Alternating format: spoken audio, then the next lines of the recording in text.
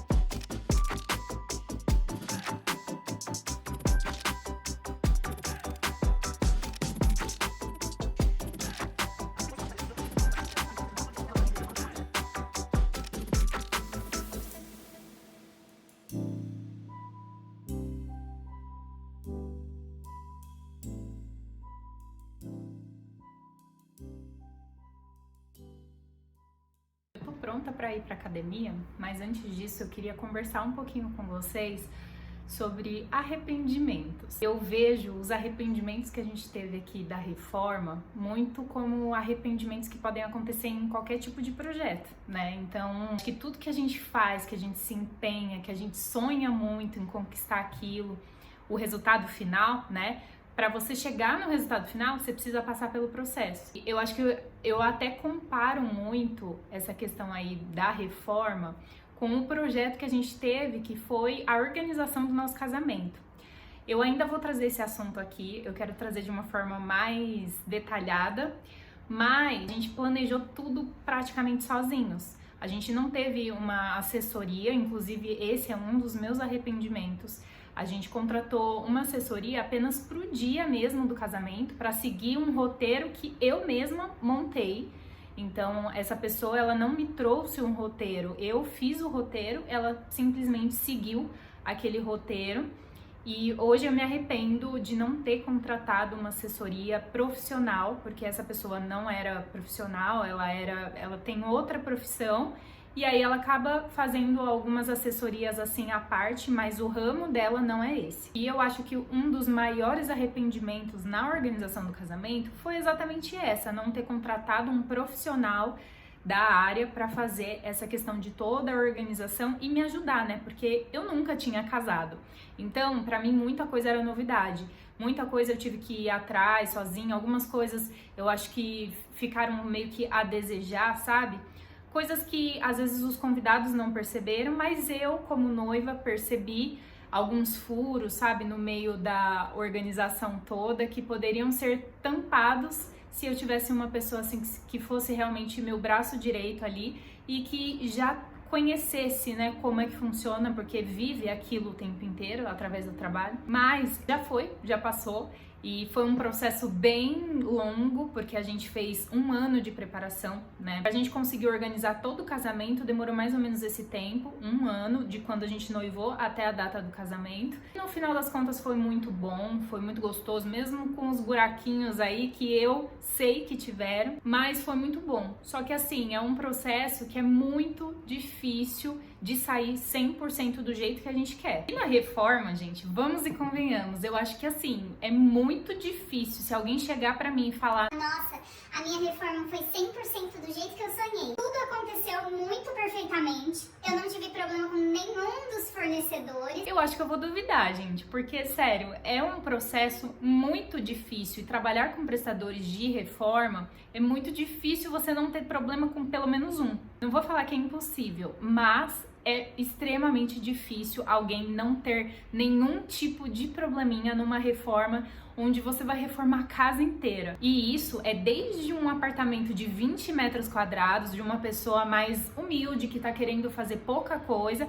até uma mansão, gente. Sempre vai fugir alguma coisa do que a gente planejou nesse projeto. Óbvio que tem algumas coisas que quando fogem não tem muito impacto, sabe? Você consegue arrumar de um outro jeito e você não sente tanto que aquilo não saiu como esperado. Mas tem algumas coisas que não tem jeito, você sempre vai olhar para aquilo e vai ver que tem alguma coisa errada. Aqui no nosso apartamento a gente teve uma série de arrependimentos.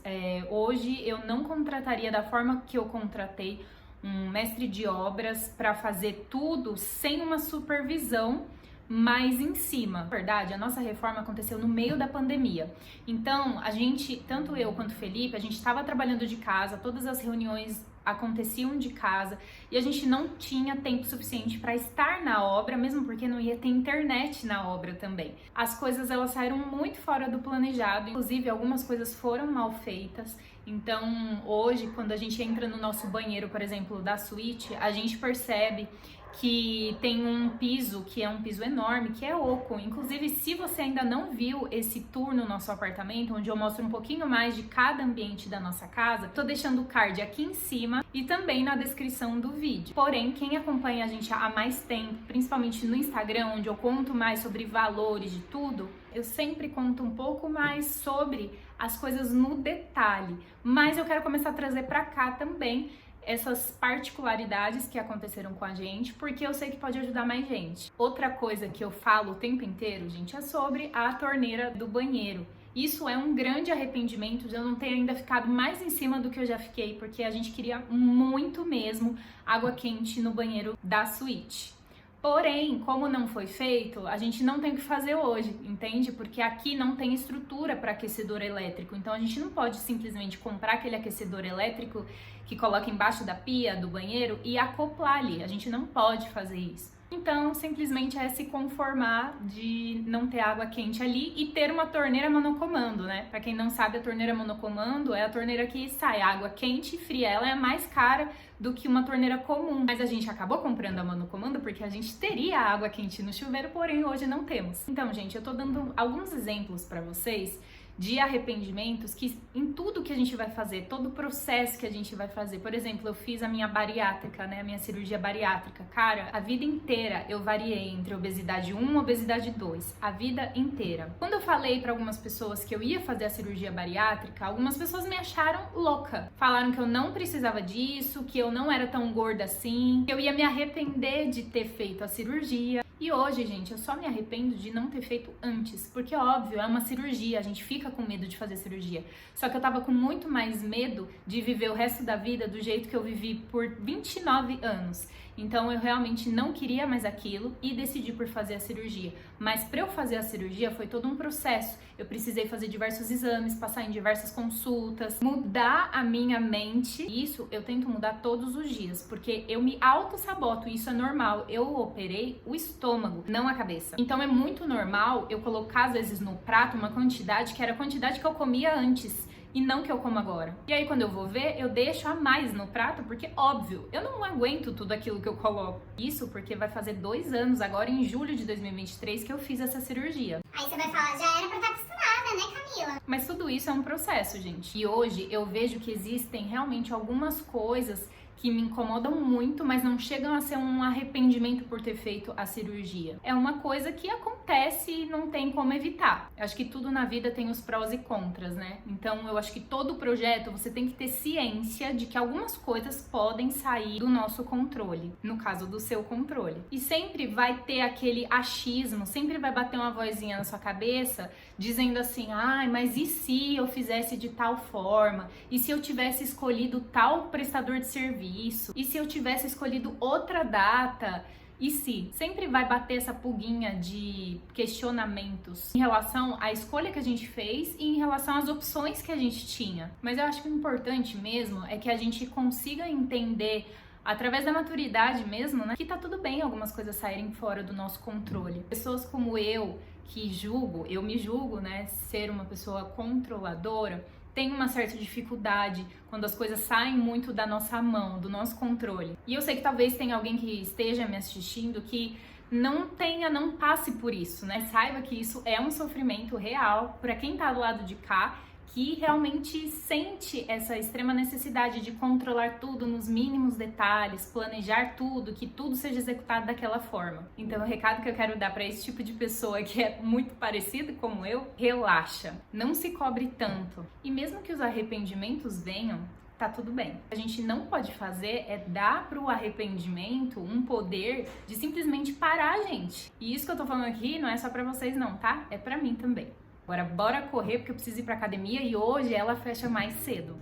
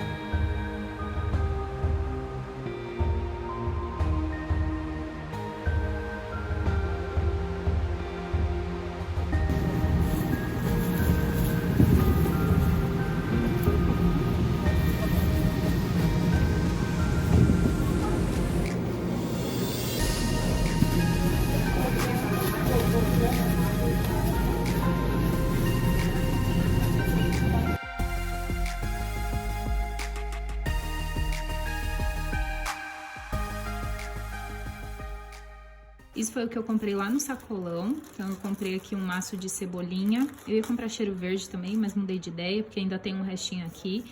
Limão, cebola, batata. A gente vai fazer carne de panela aqui com batata e cenoura. Cenoura eu já tenho uma antiguinha ali que não foi usado, batata que eu não tinha. Também vou fazer um escondidinho de carne moída, então a batata que eu tenho só dava pra fazer um ou outro, então eu comprei mais batata. Aqui tem miolo de paleta, eu vou fazer a carne de panela com essa carne aqui, tem 1 quilo. Aqui tem carne moída, tem outro pacote de carne moída, eu comprei 1 quilo de carne moída. E aí eu pedi pra separarem em 2 saquinhos desse, um eu já coloquei no freezer e o outro tá aqui pra eu mostrar pra vocês. E essas 2 bandejinhas aqui, cada uma tem aproximadamente 100 gramas de peito de frango. A gente come isso daqui à noite, sabe, um lanchinho. Então eu comprei essas coisas aqui, não vou fazer marmita, eu vou fazer só realmente a comida da semana pra adiantar, pra eu não ter que ficar cozinhando todo dia e me atrapalhar. Então eu vou começar agora.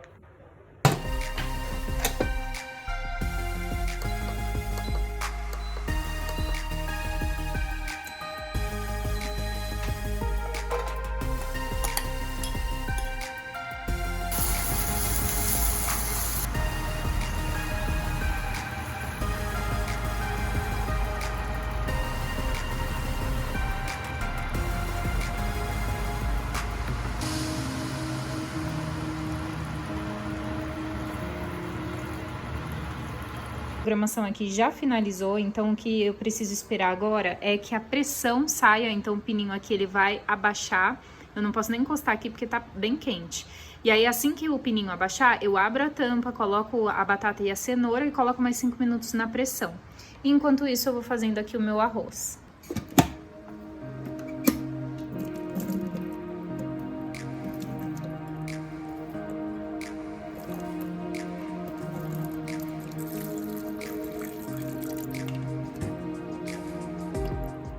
Enquanto as coisas estão finalizando aqui, já lavei a loucinha, então tá tudo limpo por aqui. E assim, eu nunca tinha feito assim de uma vez, sabe? A gente tá há 4 anos casados, eu nunca tinha feito de uma vez, assim, comida pra semana inteira. É a primeira vez que eu tô fazendo. Eu acho que é até legal eu fazer isso antes de eu começar a fazer as marmitas, porque aí eu sinto mais ou menos como é que funciona. Eu senti que eu demorei um pouco mais do que as pessoas normalmente falam que demoram, mas no geral eu acho que eu demorei um pouco mais mesmo pra ir fazendo as coisas. Eu acho que a gente vai pegando o jeito com o passar com o costume, né, com o hábito. Então, essa foi a primeira vez que eu fiz a comida pra semana inteira. Não fiz muita coisa, fiz pouca coisa e além de ter feito pouca coisa, ainda não fiz nem verdura, legumes. Aqui é o básico do básico essa semana, gente. Não tem legumes, não tem salada. É só realmente em 2, 3 dias da semana a gente vai comer carne com batata e cenoura. Pra falar que não tem legumes, tem a batata e a cenoura na carne de panela. E aí a gente vai comer isso com arroz, feijão e farofa, que o Felipe gosta muito de comer com farofa. E fora isso, a gente vai revezar com o escondidinho de carne moída. Então assim, basicamente não tem salada, tá, essa semana. Foi só um teste mesmo pra eu ver como eu me saio, né, nessa aventura aí de fazer comida em quantidade. Tô finalizando aqui, o arroz já finalizou, na verdade. A batata e a cenoura já devem estar molinhas, já vou até cancelar aqui a minha panela de pressão elétrica. Carne moída já tá pronta, só falta também a batata do purê ficar pronta. E aí eu já monto, inclusive no refratário, já deixo prontinha pra levar à geladeira.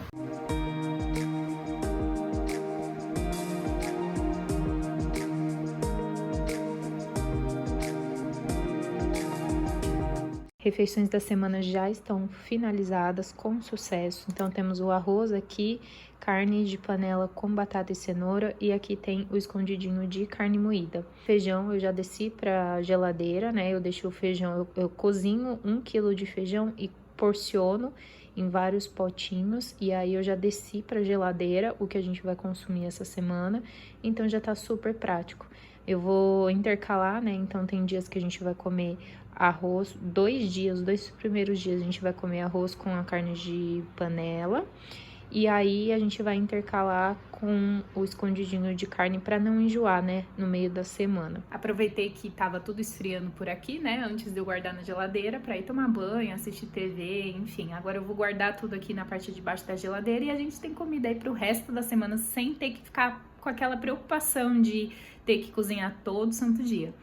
Então é isso, gente. Eu agradeço muito por você ter assistido esse vídeo. Se você gostou, dá um joinha. Aproveita e se inscreve no canal para não perder outros conteúdos como esse. E até o próximo vídeo. Um beijo, vizinhança. Tchau, tchau!